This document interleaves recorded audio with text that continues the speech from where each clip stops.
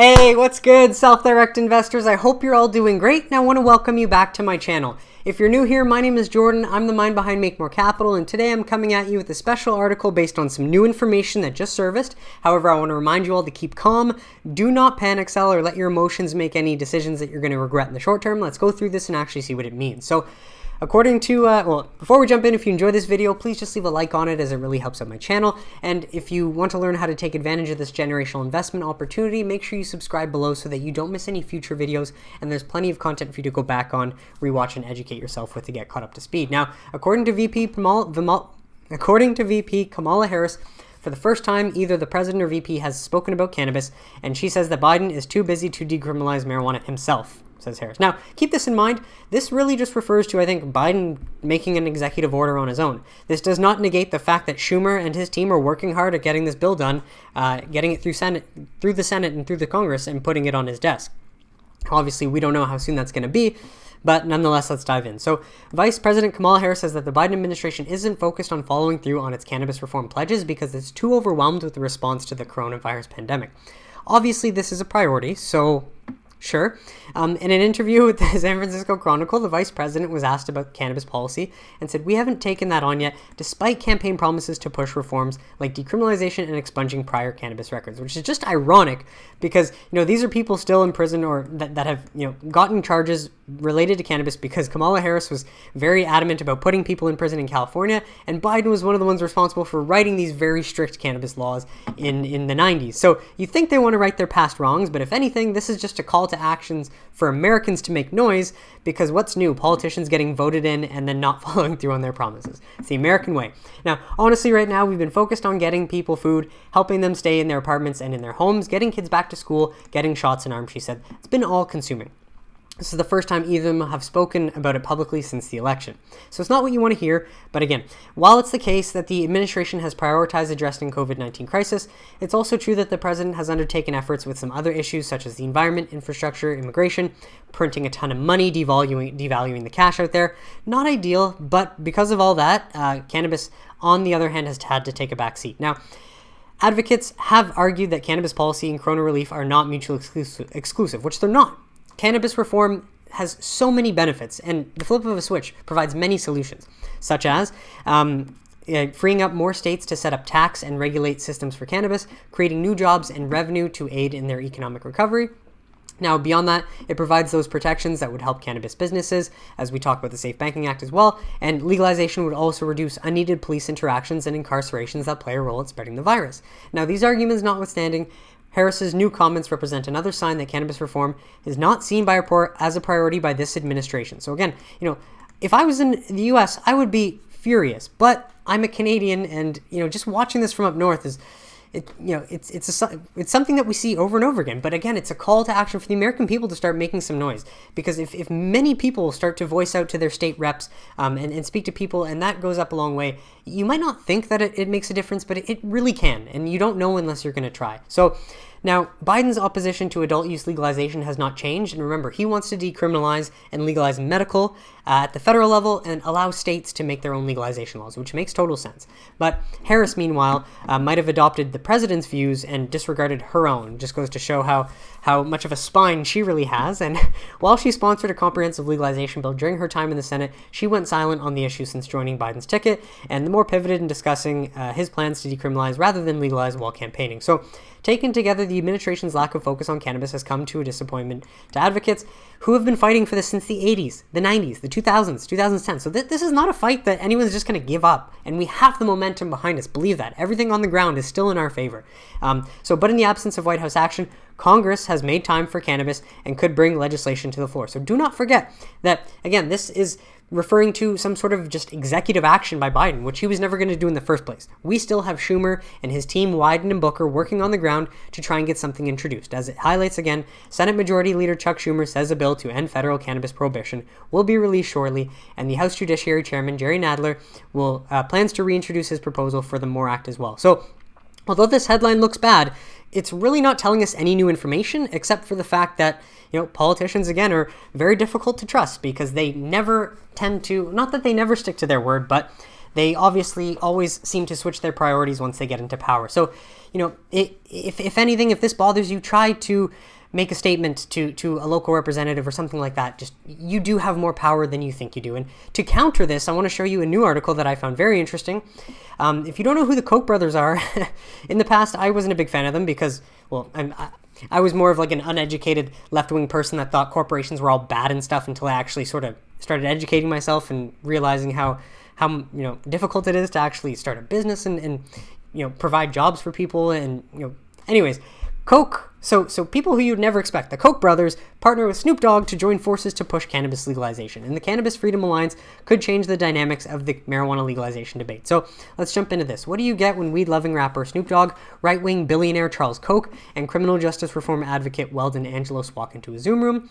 The Cannabis Freedom Alliance, a new coalition launching Tuesday that could change the dynamics of the marijuana legalization debate, as first reported by Politico. The organization includes Americans for Prosperity, the political advocacy group founded by the Koch brothers, the Reason Foundation, a libertarian think tank, Marijuana Trade Organization, the Global Alliance for Cannabis Commerce, and the Weldon Project, a nonprofit that advocates for the release of individuals incarcerated for cannabis offenses.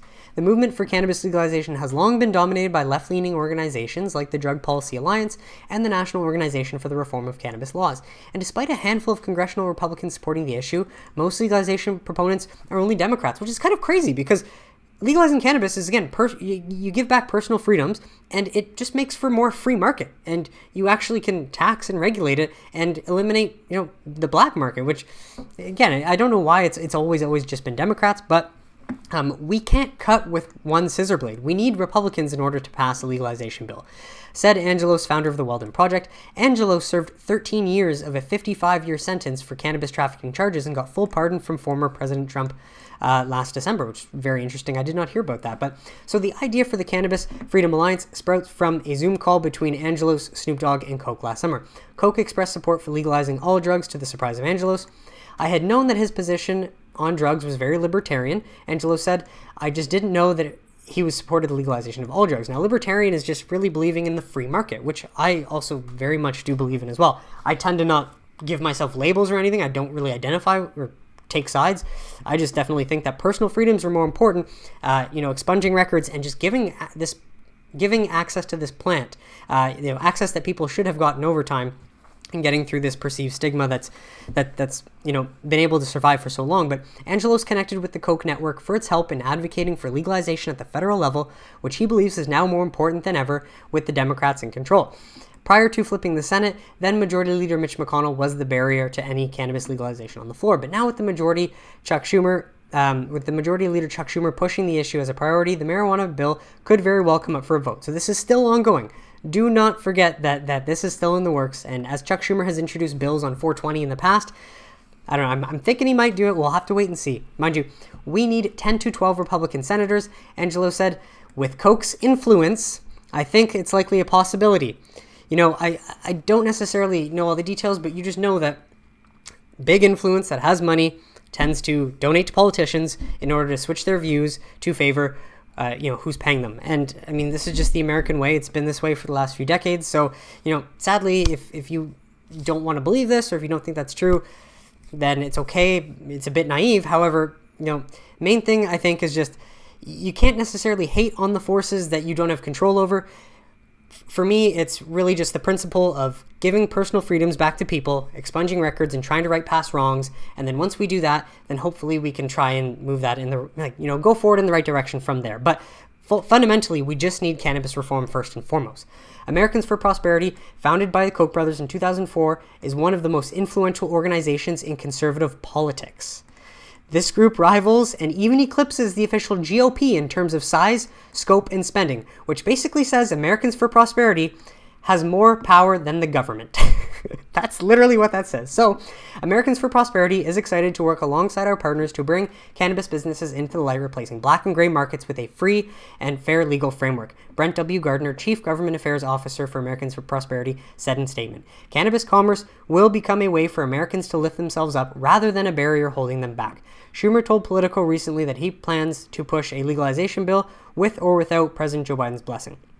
The House made history last December when it voted on the MORE Act, which would remove federal cannabis prohibition, but only 5 out of the more than 200 House Republicans broke with their party to vote for the bill. 6 Democrats voted against it. So, depending on how many moderate Democrats may defect on the issue, Schumer will need at least 10 Republican senators to vote yes to get the 60 votes needed to pass, and the Cannabis Freedom Alliance plans to reach out to libertarian-leaning Republicans like Rand Paul and Mike Lee first, though Angelos believes that voter legalization ballot questions in conservative states like Montana and South Dakota could bring others on board. So, what do they want? The coalition will advocate for removing penalties for cannabis offenses and ensuring people from the illicit market will be able to transition to a regulated market. So the idea is just try to eliminate the black market. Let's actually finally tax and regulate this thing so that we can create another industry. And this is the next great American growth story. Like, when I say that, I'm not kidding. But again, I have patience, and I think this is going to be, the next 5 years, the next decade. But the group also wants regulatory frameworks that promote free markets and low tax rates. Obviously, this is their priority, low tax rates as well, because they're going to be trying to weasel their way in to make money somehow. And I mean, well, why else are we investing, right? We're investing because we're getting in early in hopes that we can obviously benefit from this too. It just seems to be the way it is. And obviously, we don't like to see that the government can be completely influenced by outside like sources of funds. But like, what can we do? All we can try to do is make some money ourselves so that we can use money to give back to our communities and make a difference in our own lives, because we can't necessarily control that. So a lot of big business companies are fighting against things like interstate commerce because it doesn't support their business model, Angelo said.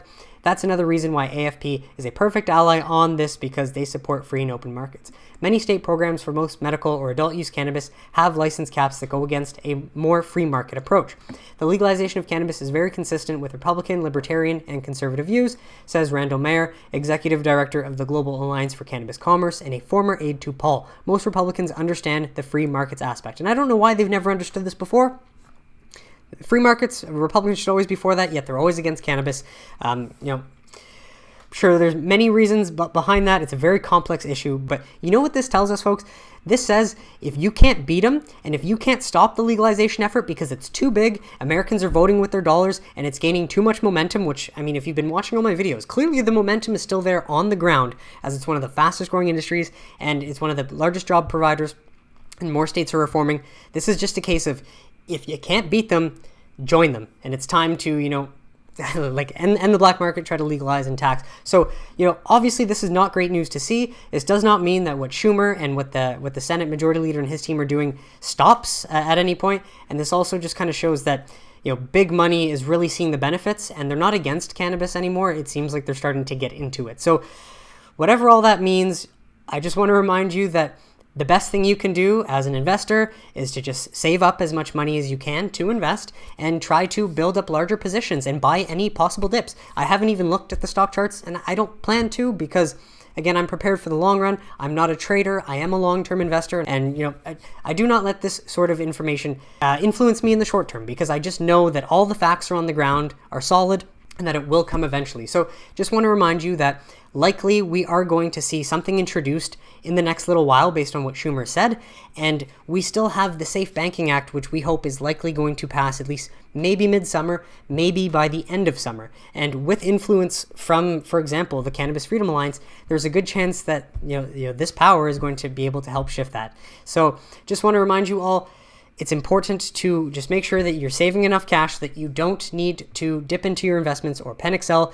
Try to keep your emotions under control and ensure that, you remind yourself why you're invested. And if anything, make sure you check in on the companies that you're invested in. Check your judgment, check the reasons why you're invested. Make sure everything is still sound because, the market is there's a great quote by Warren Buffett. You're neither right or wrong. Oh, no, I think it's Benjamin Graham. Okay, and I come totally blank, so I had to edit this part out, but the quote I wanted to remind you is, the stock investor is neither right or wrong because others agreed or disagreed with him. He is right because his facts and analysis are right. This is one of the best quotes out there, so just do not let this brief news get to you and make you make a financial decision or sell shares that you otherwise wouldn't have. And again, if you can, if you're invested for the long term and you do believe that this industry is going to be big, there's no reason to jump out and panic. Just continue doing what you're doing, hold long, and do your best to to stay afloat for the long run. Because again, if you try to get out and then try to time the market, you could totally miss the next sort of takeoff. We don't know, and that's why it's just always better to be in the market. Time spent in the market is always better than trying to time the market. And then last thing I just wanted to point out, actually, if we look at Aphria, so I did say this previously, that based on past earnings, Aphria has run up into, so here, let's just go back 1 year. Aphria has run up into earnings. Now, because they ran so much, there's a chance they might not run into earnings next week. We don't know, but I did think that would happen, and clearly it hasn't so far. Now, obviously it's early, it's just Tuesday, and there's still plenty of time. It could turn around, but just, again, keep calm, keep holding on, and I think we're still very, very much in a good position as cannabis investors. So let me know in the comments what you think, folks. Besides that, have a great day, and I will catch you tomorrow with an update, with a midweek update. Have a great day, everybody.